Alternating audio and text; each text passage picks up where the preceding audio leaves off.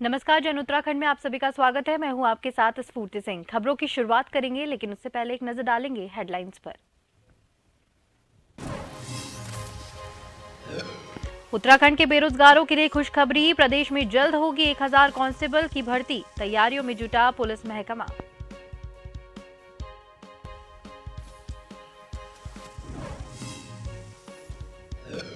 उत्तराखंड में यूकेडी जुटी, अपना खोया जनाधार जुटाने में। नवनियुक्त जिला अध्यक्ष ने साधा कांग्रेस और बीजेपी पर निशाना, संगठन को मजबूत कर सरकार बनाने का किया दावा।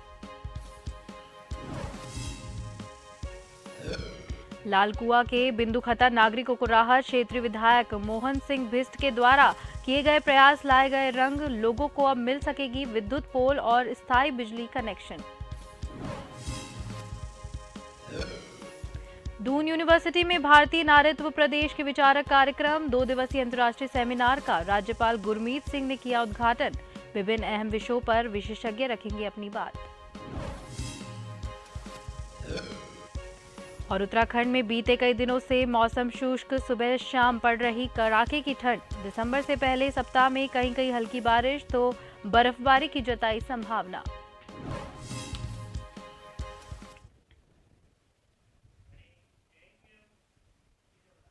और अब खबरें विस्तार से। उत्तराखंड में जल्द ही 1000 कांस्टेबल की भर्ती की जाएगी। मुख्यमंत्री पुष्कर सिंह धामी की ओर से सैद्धांतिक मंजूरी मिलने के बाद में पुलिस विभाग ने इसकी तैयारी शुरू कर दी है। विभाग जल्द ही भर्ती का प्रस्ताव शासन को भेज देगा। गौरतलब है कि राज्य में कांस्टेबल के 1521 पदों पर भर्ती प्रक्रिया पहले से गतिमान है। उत्तराखंड में इस समय कांस्टेबल के 2300 पद रिक्त है। इनमें से 1521 पदों को भरने के लिए इसी वर्ष जनवरी में भर्ती प्रक्रिया शुरू की गई थी। भर्ती में शामिल हुए आवेदकों की शारीरिक दक्षता की जांच की प्रक्रिया पूरी हो चुकी है, लेकिन पेपर लीक प्रकरण के चलते लिखित परीक्षा अब तक नहीं हो पाई है। विभाग जल्द ही ये परीक्षा कराने की बात कह रहा है।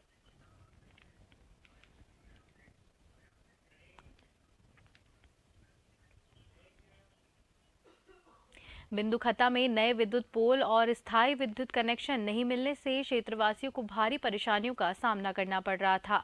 तो वहीं इस मामले में क्षेत्रीय विधायक मोहन सिंह बिष्ट द्वारा किए गए प्रयासों से इस समस्या का समाधान हो सका है और अब बिंदुखत्ता में एक विद्युत पोल और स्थायी विद्युत कनेक्शन लग सकेंगे।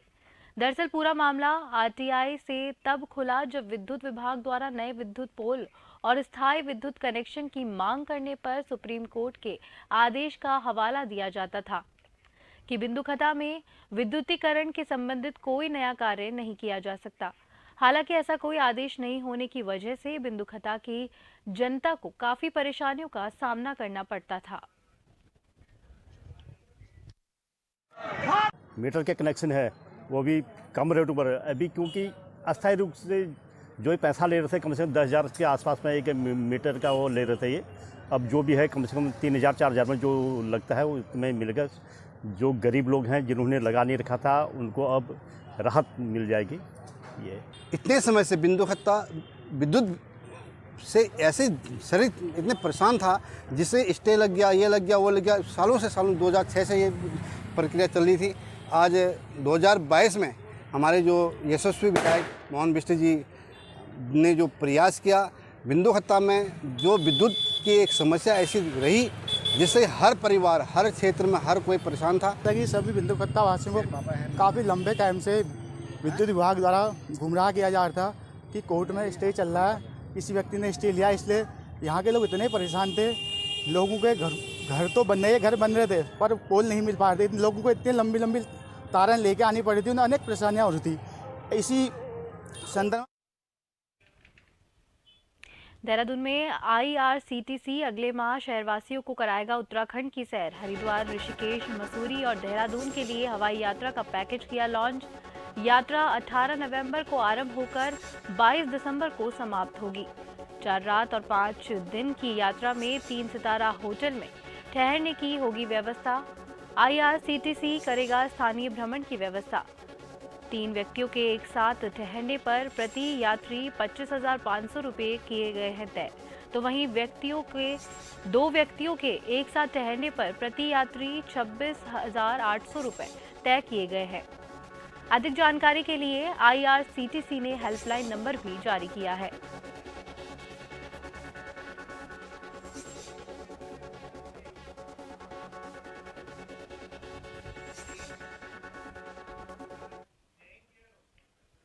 और इस खबर पर अधिक जानकारी के लिए हमारे साथ हमारे संवाददाता हिमांशु बरमोला फोन लाइन पर जुड़ चुके हैं। हिमांशु, आईआरसीटीसी ने एक पैकेज तैयार किया है जिसमें यात्रियों को सैर कराया जाएगा उत्तराखंड का। तो इस पैकेज के द्वारा क्या कुछ यात्रियों के लिए फायदा है और क्या कुछ किया जाएगा, तमाम जानकारी चाहेंगे।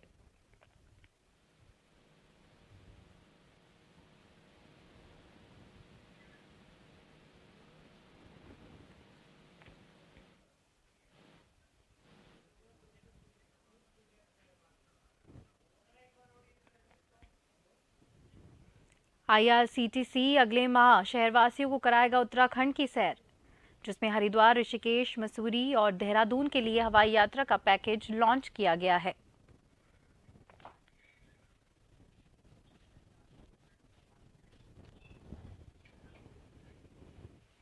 आपको बता दें कि ये यात्रा 18 दिसंबर को आरंभ होकर 22 दिसंबर को समाप्त होगी।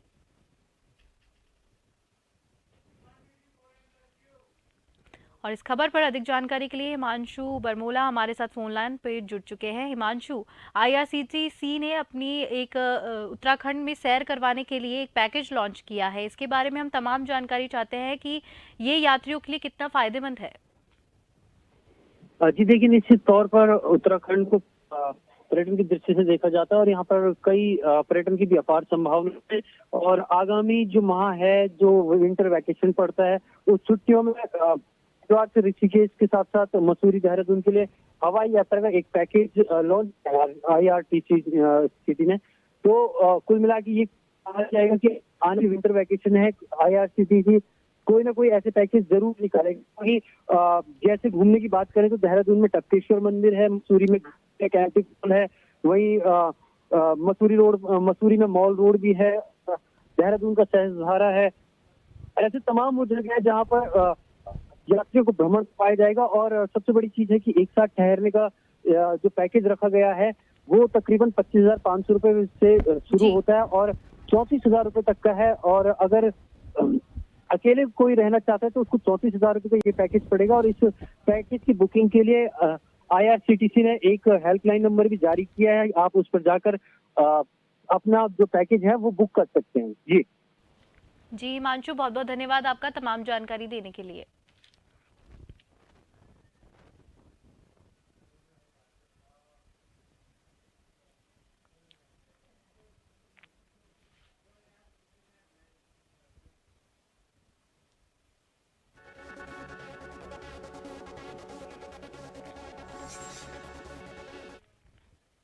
भारतीय नारीत्व प्रदेश के विचारक कार्यक्रम का आयोजन राजधानी देहरादून के दून यूनिवर्सिटी में चल रहा है। दून विश्वविद्यालय में अंतर्राष्ट्रीय सेमिनार का उद्घाटन उत्तराखंड के राज्यपाल लेफ्टिनेंट जनरल गुरमीत सिंह ने किया। 25 से 26 नवंबर यानी 2 दिनों तक चलने वाली सेमिनार में कई सत्र आयोजित कराए जाएंगे। वहीं इसके समापन पर शनिवार को महाराष्ट्र के राज्यपाल मुख्य अतिथि के रूप में प्रतिभाग करेंगे।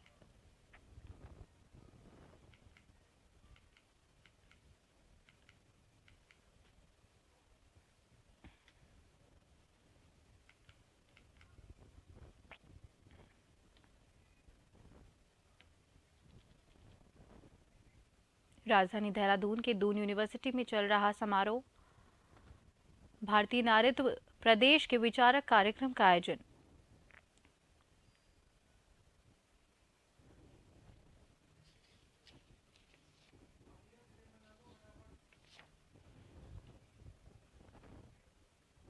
उत्तराखंड के राज्यपाल लेफ्टिनेंट जनरल गुरमीत सिंह ने किया सेमिनार का उद्घाटन। तो वहीं समापन सत्र में महाराष्ट्र के राज्यपाल मुख्य अतिथि के रूप में सेमिनार में प्रतिभाग करने के लिए पहुंचने वाले हैं।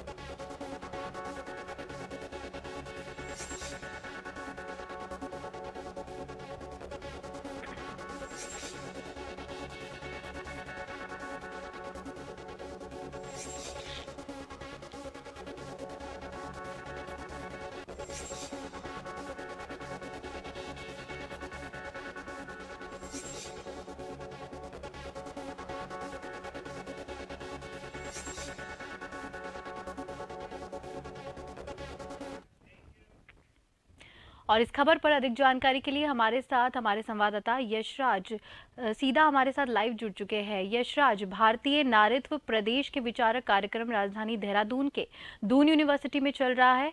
ये 2 दिवसीय सेमिनार, इसमें क्या कुछ खास रहने वाला है और ये सेमिनार कब तक चलेगा? जी बिल्कुल, मैं बताना चाह रहा हूं कि दून विश्वविद्यालय में 2 दिवसीय एक प्रोग्राम आयोजित किया गया है, जिसमें नारी के विकास और आज के दृष्टिकोण में, आज के समय में नारी की सत्यता के विषय में एक विषय रखा गया है, जिसमें लगभग उत्तराखंड के जितने भी यूनिवर्सिटीज हैं, उत्तराखंड के कॉलेजेस से महिलाएं, प्रोफेसर, लेक्चरर, वो सभी यहाँ पहुंची हुई हैं। साथ ही साथ जितने पुरुष भी हैं उतने लेक्चरर, टीचर्स, गेस्ट, वो सारे यहाँ पर पहुंचे हुए हैं। मैं आपको बताना चाह रहा हूँ कि इस कार्यक्रम के लिए कल रात में ही बाहर से भी, यानी महाराष्ट्र से, गुजरात से, अन्य जगह से भी कई व्यक्ति, कई महिलाएं जो विदुषी महिला हैं वो प्रतिभाग की हैं। कई यूनिवर्सिटीज की महिलाएं हैं जो वहाँ से वो प्रोफेसर हैं, वहाँ पर ये प्रतिभाग की हैं। तो इस कार्यक्रम में मैं आपको बताना चाह रहा हूँ कि पूरे भारत लेवल से जितनी भी महिलाएं हैं, विदुषी महिलाएं, उन्होंने प्रतिभाग किया। और सबसे पहले उनका उद्देश्य है कि आज के समय में भारत में महिलाओं का क्या अस्तित्व है, महिलाओं की क्या यहाँ पर स्तर है, सबसे विषय में इसमें इस दृष्टिकोण से यह कार्यक्रम किया जा रहा था। वहीं आज इस कार्यक्रम की शुरुआत की गई। इस कार्यक्रम के शुभारंभ में उत्तराखंड के राज्यपाल गुरमीत सिंह आए थे और गुरमीत सिंह ने यहाँ पर अपने भाषण में कहा कि उत्तराखंड में महिलाओं की स्थिति काफी अच्छी है और उत्तराखंड जो राज्य बना है वो महिलाओं के ही कारण राज्य बना है। और साथ ही साथ यहाँ पर जो यह कार्यक्रम किया जा रहा है, इस कार्यक्रम में महिला अपने विषय में बात कर रही है। साथ ही साथ यह कहा जा रहा है कि पुराने समय में भी कभी भी महिलाओं के साथ गलत व्यवहार भारत में नहीं किया जाता था, ना तो दुर्व्यवहार की कोई बात होती थी। यहाँ तक कि पहले भी महिलाओं को शिक्षा ग्रहण करने का अधिकार था, आज भी महिलाओं को शिक्षा ग्रहण करने का अधिकार है, लेकिन थोड़ी बहुत कुरीतियां आ गई है। इन कुरीतियों को किस ढंग से समाप्त करना है, इन कुरीतियों को किस ढंग से उखाड़ फेंकना है, इसके विषय में कई महिलाएं आ रही है। साथ ही साथ अभी मैं बताना चाह रहा हूँ कि राज्यपाल अभी जस्ट इस कार्यक्रम से निकल गए, वो चले गए, उन्हें और हैदराबाद जाना था। उसके बाद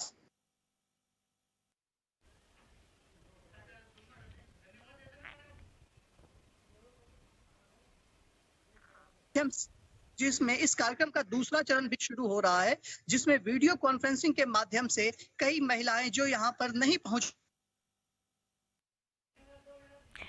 बहुत बहुत धन्यवाद यशराज आपका तमाम जानकारी हमें देने के लिए। खबरों का सिलसिला यूं ही जारी रहेगा। वक्त हो चला है एक ब्रेक का।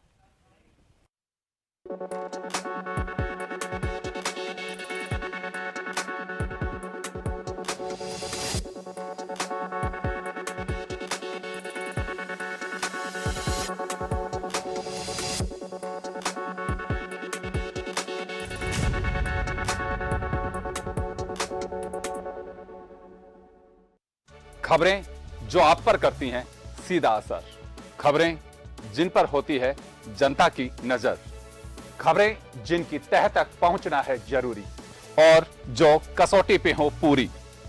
मुद्दा चाहे समाज से जुड़ा हो या फिर सियासत से, तभी वो बनती है खास खबर। खास खबर सोमवार से शुक्रवार शाम 6 बजे। खबर जो कभी बताती है सच तो कभी कराती है एहसास। खबर जो है कुछ खास। खबर ही तो है जो कभी बनती है राजनीति से तो कभी व्यापार से, कभी आती है खेल से तो कभी मनोरंजन से, कभी खुशी से तो कभी गम से। हाँ, खबर ही तो है। खबर थमती नहीं और ना ही थमेंगे हम, क्योंकि हम हैं जन टीवी, जन जन की आवाज।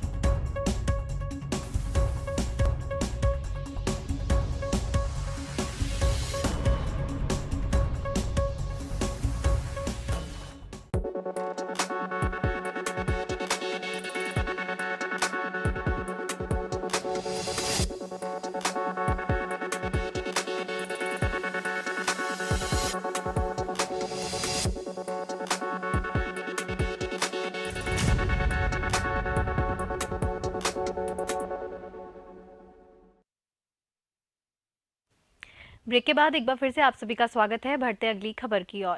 उत्तराखंड राज्य बनाने में महत्वपूर्ण भूमिका निभाने वाली यूकेडी आज अपना अस्तित्व बचाने की जंग लड़ रही है। उत्तराखंड विधानसभा में यूकेडी का एक भी विधायक जीत कर नहीं पहुंचा है, मगर कई वर्षों तक सरकार में यूकेडी के नेता महत्वपूर्ण मंत्रालय संभाल चुके हैं। अब एक बार फिर से यूकेडी अपना खोया हुआ जनाधार जुटाने में जुट गई है।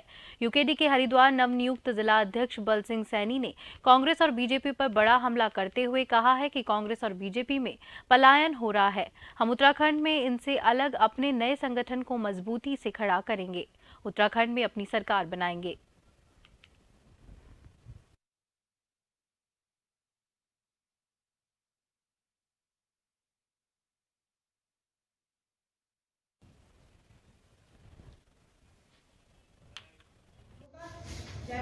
कांग्रेस से टोटल पलायन, एक तो पहाड़ का पलायन है, लेकिन अब कांग्रेस से टोटल पलायन भाजपा का हो रहा है। हम इनसे अलग अपने नए संगठन को खड़ा करते हुए और यहां पूरी शिद्दत से सरकार बनाने की कोशिश करेंगे। ये अपने वोट बैंक को वो करने के लिए वो कर रहे हैं, इससे ज्यादा और इनका कुछ भी इसमें वो नहीं है। उत्तराखंड में इसको कोई फायदा होने वाला नहीं है। हरिद्वार के पथरी थाना पुलिस और एसओजी की टीम ने मंदिर से चोरी करने वाले 4 बदमाशों को गिरफ्तार किया है। चारों बदमाश पथरी थाना क्षेत्र के ही रहने वाले हैं। पुलिस ने इसके कब्जे से 3 देसी तमंचे, 1 लाख रुपए की नकदी बरामद की है। मामले की जानकारी देते हुए एसएसपी अजय सिंह ने बताया कि गिरफ्तार किए गए आरोपियों ने 1 सप्ताह पहले पथरी थाना क्षेत्र में 2 बड़ी चोरी की वारदातों को अंजाम दिया था। घीसुपुर गांव में मंदिर में लाखों की चोरी और पर्दा गांव में स्थित एक बैंक की मिनी शाखा को उन्होंने निशाना बनाया था। सीसीटीवी कैमरे और मुखबिर की मदद से आरोपियों तक पुलिस पहुंच गई और उन्हें गिरफ्तार किया गया।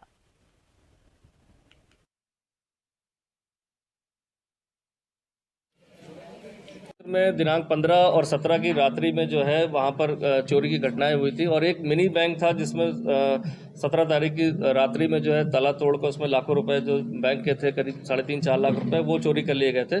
इस पर भी जो हमारी जो घिस्सुपुरा की चोरी और उसके बाद ये चोरी हुई थी, उसमें टीम ने जो हमारे जो काम किया वहाँ पथरी पुलिस से लगातार लगी हुई थी और इसमें 4 लोग को इसमें गिरफ्तार किया गया है और इसमें 4 लोग के साथ इसमें 1 लाख रुपए कैश और उसमें 70,000 की जो बाइक नहीं खरीदी थी अभियुक्तों ने, वो भी बरामद कर ली गई है।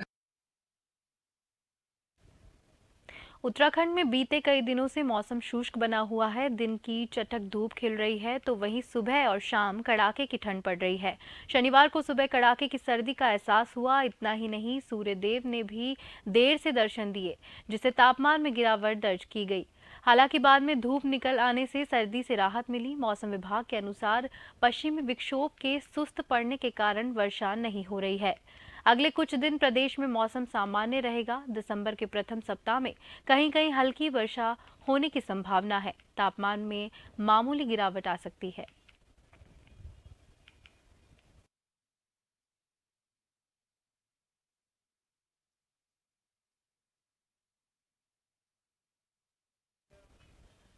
उत्तराखंड विधानसभा में बैकडोर से नौकरी पाने वालों को एक बार फिर से बड़ा झटका लगा है। हाईकोर्ट की डबल बेंच ने विधानसभा अध्यक्ष के फैसले को सही बताते हुए सभी 228 लोगों को बाहर करना सही बताया है, जिसको हाईकोर्ट की सिंगल बेंच ने स्टे कर दिया था। दूसरी तरफ कांग्रेस प्रदेश अध्यक्ष करण महारा का कहना है कि विधानसभा में नौकरी पाने वाले से ज्यादा दोषी देने वाले हैं। क्या उन लोगों पर भी कार्रवाई की जाएगी? पूर्व विधानसभा अध्यक्ष गोविंद सिंह कुंजवाल ने गलती स्वीकार करते हुए सार्वजनिक माफी मांगी थी, लेकिन अन्य नेता अपने आप को साफ बताते हुए काम कर रहे हैं। बहुत अधिकारी जन उनकी बात से इत्तेफाक इसलिए नहीं रखता क्योंकि हमारा लक्ष्य किसी की नौकरी खाना नहीं था। कांग्रेस ने क्वेश्चन उठाया था नैतिकता पे और हमने ये कहा था कि राज्यपाल महोदय, केंद्रीय मंत्री महोदय, राज्यसभा में गए हुए सदस्य महोदय, मेयर महोदय, आरएसएस के बड़े अधिकारी जन और मुख्यमंत्री के पीआरओ जिनने अपने परिजनों की नौकरी लगाई है, वो नैतिकता के आधार पर इस्तीफा देंगे या माफ़ी मांगेंगे। क्या गोविंद सिंह कुंजवाल जैसा बड़ा हृदय दिखा सकते हैं जो सार्वजनिक रूप से आप लोगों के माध्यम से सार्वजनिक रूप से स्वीकार करते हैं कि मैंने गलती की और उसकी मैं सजा भुगत रहा हूँ? क्या ये साहस आरएसएस के लोग, क्या ये साहस बीजेपी के ये बड़े लोग दिखा सकेंगे? वाटर स्पोर्ट्स एवं योगा के साथ ही जिला मुख्यालय उत्तरकाशी में 3 दिवसीय गंगा उत्सव कार्यक्रम का गुरुवार को आगाज हो गया है। गंगा उत्सव कार्यक्रम के पहले दिन केदार घाट समीप योगा कार्यक्रम और जोशियाड़ बैराज के वाटर स्पोर्ट्स कायाकिंग और मेंड्रा स्टेडियम में फुटबॉल प्रतियोगिता हुई, जिसका शुभारंभ मुख्य विकास अधिकारी गौरव कुमार और उप जिलाधिकारी तीर्थपाल सिंह ने दीप प्रज्वलित कर की। योगा स्थल पर आज सुबह से ही लोगों में काफी उत्साह देखने को मिल रहा है। मुख्य विकास अधिकारी, अपर जिलाधिकारी और डीडीओ सहित अन्य अधिकारियों और कर्मचारियों द्वारा भी योगा किया गया। मुख्य विकास अधिकारी ने कहा कि योग जहां स्वास्थ्य को चुस्त और दुरुस्त रखता है, वहीं मानसिक तनाव को भी दूर करता है। योग हर नागरिक को अपनी दिनचर्या का हिस्सा बनाना चाहिए।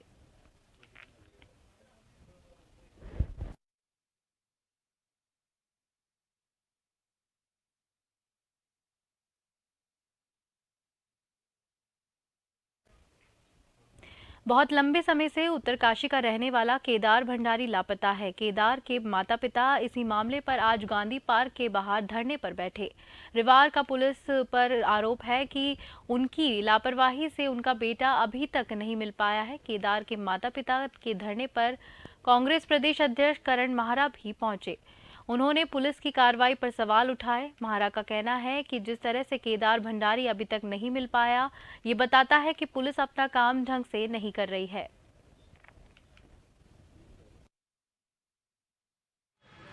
केदार भंडारी अभी तक पता नहीं चला। क्या लगे तुम्हें, क्या कुछ हुई? क्या लगे हमको, इसलिए कि हमारा बच्चा दो, चाहे कहीं भी हो, जिंदा हो या मरे हो। पुलिस क्या लगी बोलने पर? पुलिस पता नहीं क्या लगे। अगर नेता लोग पुलिस नहीं होते तो इसमें तुरंत वो किसी गरीब बच्चा होता तो उठा के ले जाते वो। आप एक बात बताएं कि उस केदार भंडारी से किस पुलिस का हित हो रहा है या किस पॉलिटिशियंस का हित हो रहा है? कौन? केदार भंडारी से किसको फायदा हो रहा है उसकी मौत से? केदार भंडारी को गायब होने से किस पुलिस को या किस नेता को फायदा पहुंच रहा है? फायदा नहीं, उनकी पोल निकले, गायब हुआ है मतलब उन्हें मालूम वो ये पोल निकले। ये हम चाहते हैं केदार भंडारी जी को न्याय मिले, उनके माँ बाप को न्याय मिलना चाहिए। और जब मैं पीसीसी पहुंचा तो पता चला कि केदार भंडारी जी के माता पिता दोनों धरने में बैठे हुए हैं और पुलिस उनको उठाने की कोशिश कर रही। जैसे मुझे सूचना मिली, मैं अपने जो साथी पीसीसी में थे उनको लेके यहाँ आया और पुलिस को हमने कहा कि भाई शांतिप्रिय ढंग से वो बैठे हैं, अपने बेटे के लिए वो मांग कर रहे हैं कि न्याय मिलना चाहिए। इसमें क्या गलत कर रहे हैं? कोई ना तो वो कोई। विशेष प्रमुख सचिव अभिनव कुमार से गुरुवार को गोवा में आयोजित अंतर्राष्ट्रीय फिल्म फेस्टिवल में प्रवासी उत्तराखंड वासियों ने भेंट की। उन्होंने कहा कि सभी प्रवासियों का उत्तराखंड के विकास में अहम भूमिका है। कुमार ने कहा कि राज्य के मुख्यमंत्री पुष्कर सिंह धामी का उत्तराखंड को 2025 तक देश का आदर्श राज्य बनाने का लक्ष्य है। इसके मुख्यमंत्री द्वारा उत्तराखंड एक्ट 25 के तहत हर वर्ग में भागीदारी का आह्वान किया गया है। इसी उद्देश्य को प्रवासी संगठन भी आगे लाए। राज्य सरकार द्वारा प्रवासियों को हर संभव मदद दी जाएगी। उन्होंने आगे कहा कि गोवा में उत्तराखंड की सांस्कृतिक गतिविधियों को प्रोत्साहित करने के लिए राज्य सरकार द्वारा हर संभव सहायता दी जाएगी।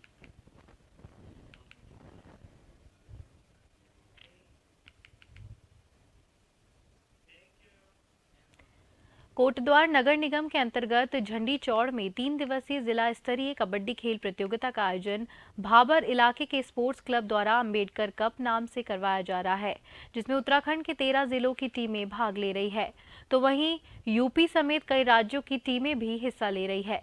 पहले दिन उद्घाटन मैच उधम सिंह नगर और कोटद्वार की टीमों के बीच में खेला गया।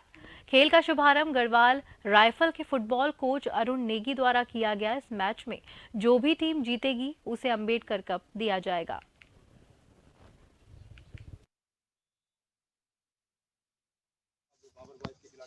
प्रतिभाग कर रही हैं, जिसमें कि हमारे पास बिजनौर की टीमें हैं, हरिद्वार की टीमें हैं, बाहर से काफ़ी टीमें आ रही हैं और ये भाबर स्पोर्ट्स क्लब के तत्वाधान में किया जा रहा है। और इस कबड्डी का जो टूर्नामेंट है, इस कप का नाम हमने अंबेडकर कप के नाम से रखा गया है, क्योंकि यहाँ पे हमारे अंबेडकर जी संविधान निर्माता रहे हैं। तो ये हमारी सबकी एक सोच थी कि क्यों ना हम इस टूर्नामेंट को ऐसा नाम दें जिसमें कि पूरा हमारा कोटद्वार, पूरा हमारा कल्चर उसमें सिमट के आ जाए। बच्चों के कारण मुझे एक मंच मिला और वहाँ से सब मैंने कैंप लिया, गोवा में लिया, छत्रसाल में लिया और सोनीपत में भी हमने गोल्ड जीता था उत्तराखंड के लिए। तो वहाँ से मेरी पहचान बनती शुरू हो गई।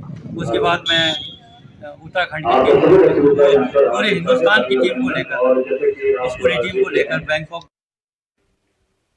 इसी के साथ जन उत्तराखंड में फिलहाल के लिए इतना ही। आप देखते रहिए जन टीवी। नमस्कार।